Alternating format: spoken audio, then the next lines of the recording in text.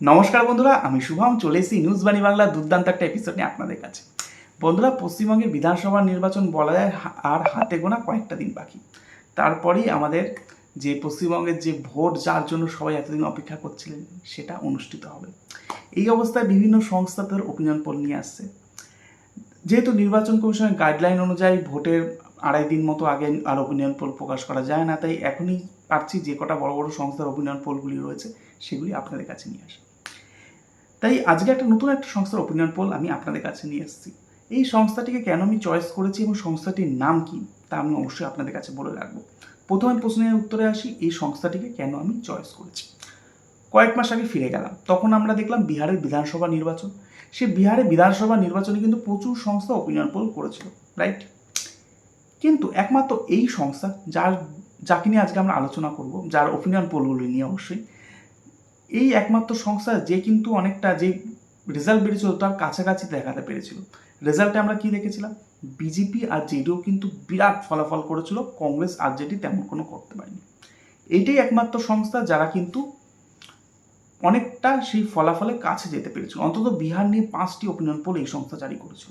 পশ্চিমবঙ্গকে নিয়েও এই সংস্থা 3টি ওপিনিয়ন পোল জারি করেছে আপাতত। এই ওপিনিয়ন পোলটি 6 দিন আগে তারা জারি করেছে।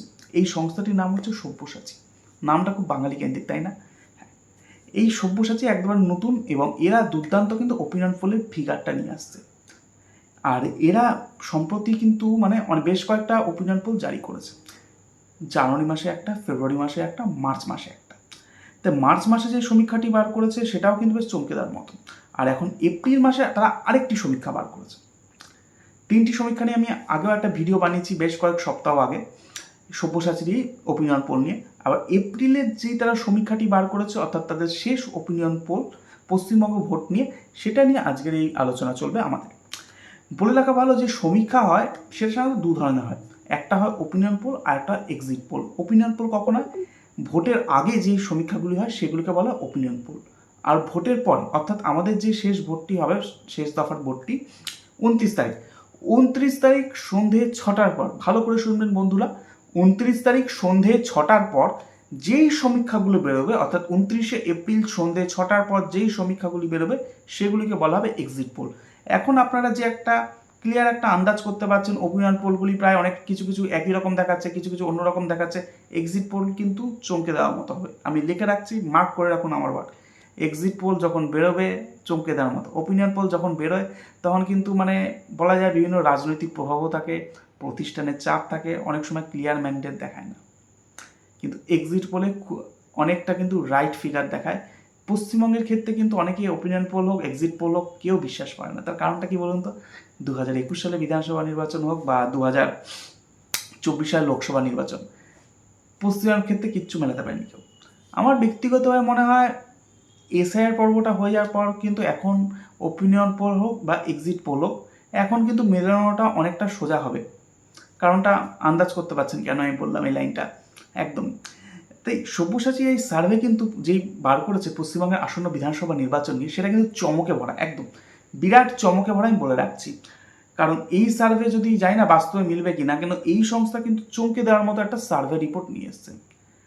আসন্ন বিধানসভা নির্বাচনে যদি এই সার্ভে মেলে, 4 তারিখই ভোটের রেজাল্ট আছে, তাহলে কিন্তু সব্যসাচীরও বিরাট নাম হতে পারে।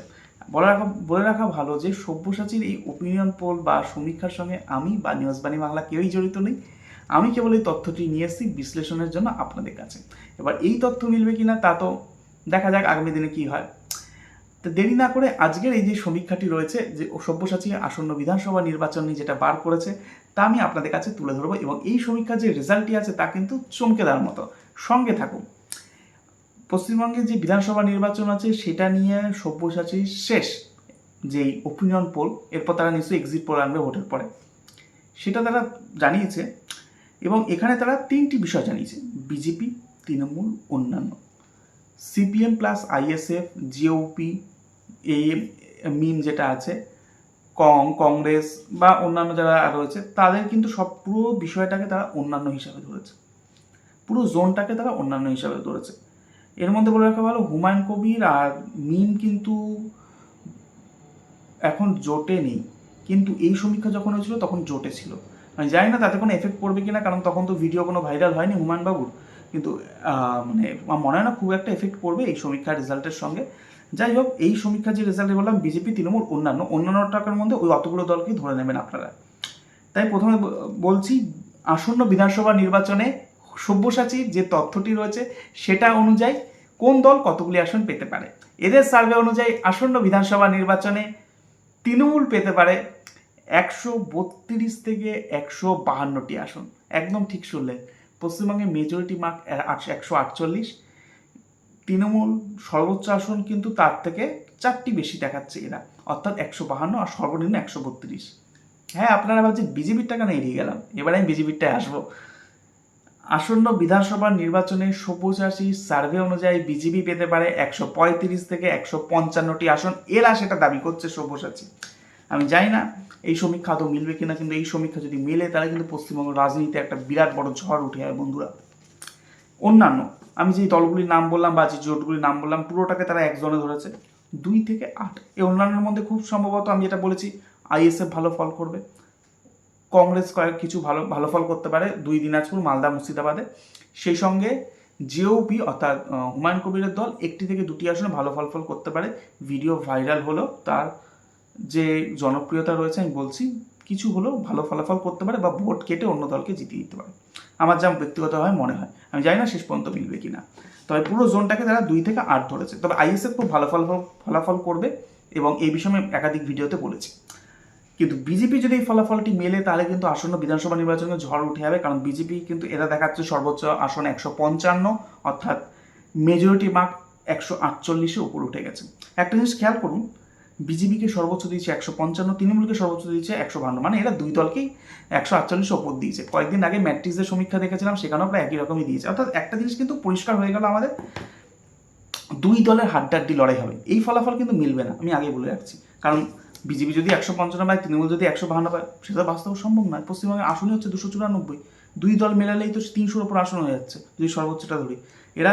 তাই এর ফলে কী হবে, মানে কোনো দলকে কিছুটা কম পেতে হবে, কোনো দলকে বেশি পেতে হবে। আমার হচ্ছে এরকমই কিছু একটা হয়তো ইঙ্গিত দিয়েছে, কিন্তু ওপিনিয়ন পোলে আমরা যেটা মানে বুঝতে পারি সেটা কিন্তু আসন সংখ্যার দিকে তাকাবেন না। ওপিনিয়ন পোলের মাধ্যমে যেটা হয় সেটা কিন্তু একটা জিনিস বোঝা যায়, জল কোন দিকে এগোচ্ছে। 2 মাস আগে ফিরে যান, তখন কিন্তু আমরা দেখেছিলাম বেশ কিছু ওপিনিয়ন পোল দাবি করেছিল তৃণমূল 200-র ওপর, 220-র ওপর। এখন কিন্তু দেখবেন সব কটা ওপিনিয়ন পোল, নিউজ 18-এর সমীক্ষা বলুন বা ম্যাট্রিক্সের সমীক্ষা বলুন, তারা কিন্তু একটা সময় প্রচুর আসন দিয়েছিল তৃণমূলকে প্রায় 2.5 মাস আগে। এখন তারা দেখুন 8 থেকে 10 দিনের মধ্যে তারা দ্বিতীয় সমীক্ষা নিয়ে এসে কী দাবি করছে, 2 দলই সমানে সমানে টক্কর হবে। তাই বললাম না বন্ধুরা, আসন্ন বিধানসভা নির্বাচনে বড়ই চমক হতে পারে। তাই এক্সিট পোলের দিকে আপনাদের সবার নজর থাকুক এবং আসন্ন বিধানসভা নির্বাচনে সবাই ভালো করে ভোট দিন, নিজের চিন্তা ভাবনা সজাগ করে ভোট দিন। সেই সঙ্গে মাথায় রাখবেন যে এই সার্ভের সঙ্গে আমি বা নিউজ বাণী বাংলা কেউই জড়িত নই। এই সার্ভে তাই মানুষকে প্রভাবিত করার কোনো প্রশ্ন ওঠে না। এই সার্ভে মিলবে কিনা সেটাও এখনও আসন্ন 4 তারিখই রেজাল্টে যখন বেরোবে তখনই আমরা বুঝতে পারবো। আজকের এপিসোড কেমন লাগলো তাই অবশ্যই আপনার কমেন্ট বক্সে জানাবেন। আমাদের এই ছোট্ট ইউটিউব চ্যানেলটি সাবস্ক্রাইব করতে ভুলবেন না। ধন্যবাদ, সকলে ভালো থাকুন, নমস্কার।